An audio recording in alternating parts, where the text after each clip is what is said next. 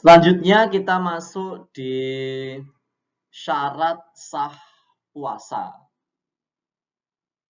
Syarat sah puasa adalah kondisi yang harus dipenuhi oleh seseorang agar puasanya sah dan diterima oleh Allah. Jadi kalau tadi itu menjelaskan siapa saja yang wajib melaksanakan puasa, sekarang bagaimana puasa kita agar bisa sah? Ya. Yang pertama Islam. Ya, agama Islam.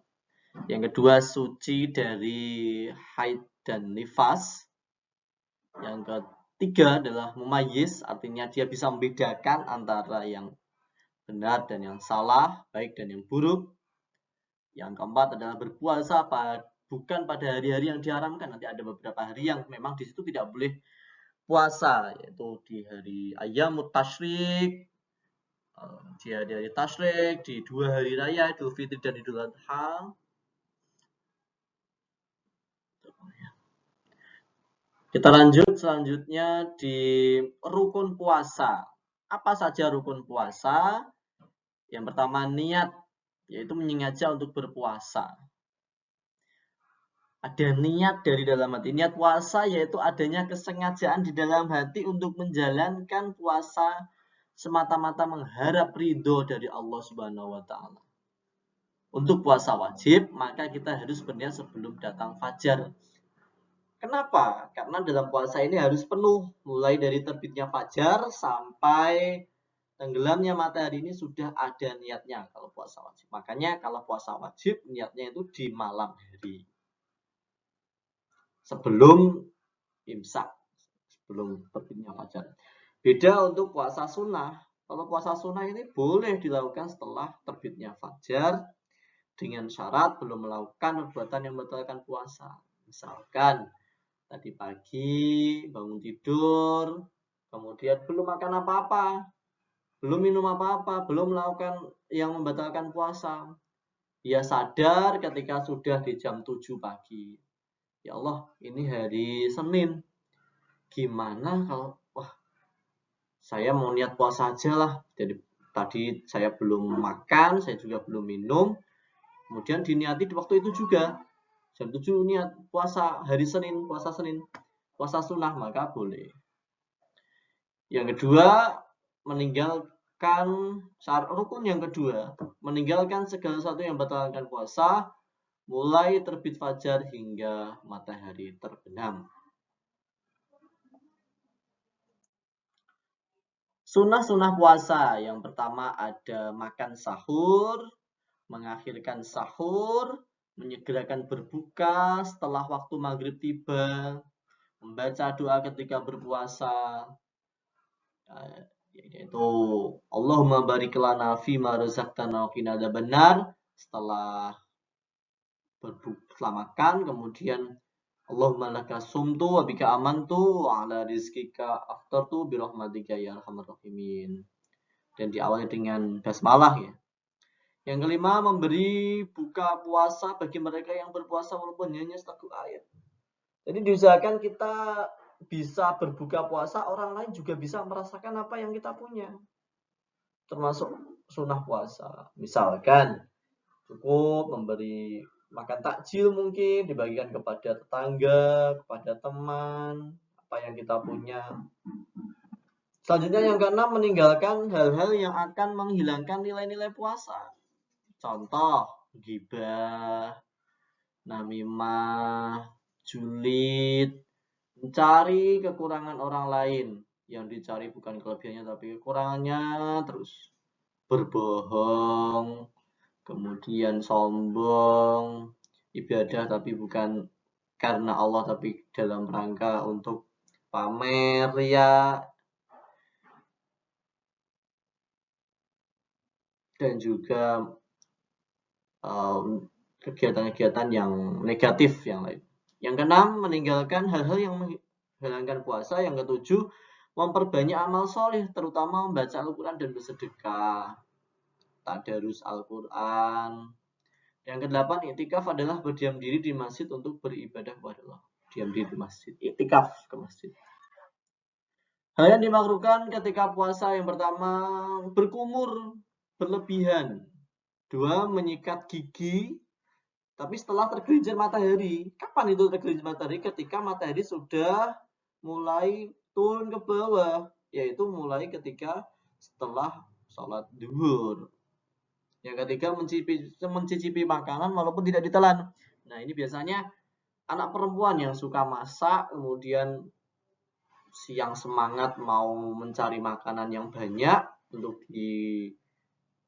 dimakan ketika nanti sudah buka puasa, masak kemudian mau dicicipi. Apakah mencicipi itu gimana hukumnya? Mencicipi itu hukumnya makruh kalau bisa ditinggalkan walaupun tidak ditelan.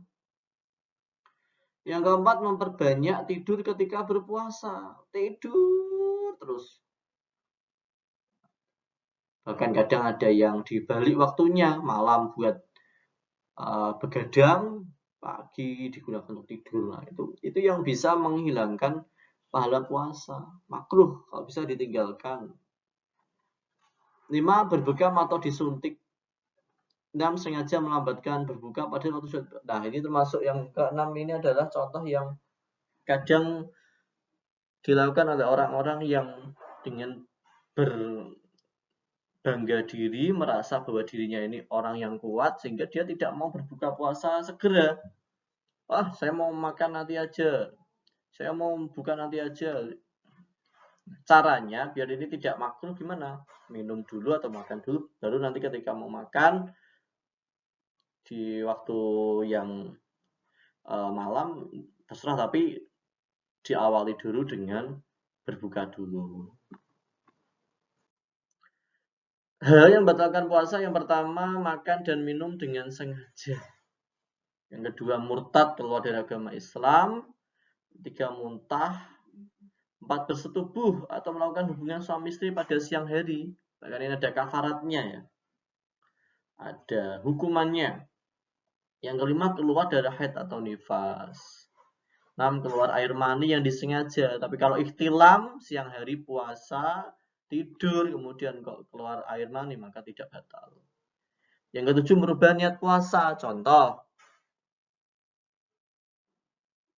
niatnya ini tidak untuk puasa, niatnya tidak untuk puasa Ramadan mungkin, tapi malah digunakan untuk niat puasa yang lain, yang tidak baik. Yang 8, hilang akal karena mabuk, pingsan, atau gila. Kemudian, apakah ada yang diperbolehkan tidak puasa? Boleh tidak berpuasa, tapi harus menggodok puasanya. Yang pertama, orang yang sakit, yang jika dipaksakan puasa, sakitnya akan bertambah parah. Yang kedua, dalam perjalanan jauh atau musafir, karena orang yang perjalanan jauh itu dirasa susah payah. Makanya dia mendapatkan rukhsah, keringanan untuk tidak melaksanakan ibadah puasa. Khusus bagi wanita, haid dan nifas juga merupakan halangan puasa yang mewajibkan untuk diqadha. Kemudian boleh tidak puasa tetapi harus mengganti dengan fidyah. Yang pertama, orang yang lanjut usia sangat tua sehingga dia tidak kuat melakukan puasa, atau dia ini mungkin sudah pikun sehingga sudah tidak sadar lagi. Yang kedua, sakit menahun.